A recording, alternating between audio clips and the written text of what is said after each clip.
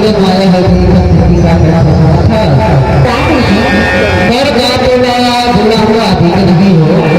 बोला बेटा कैसे भी रहा हाँ बेटा लेकिन मेरा पक्का भरोसा नहीं है बाबा भरोसा नहीं कर काबर की पूरी जान बहुत कुछ बाकी है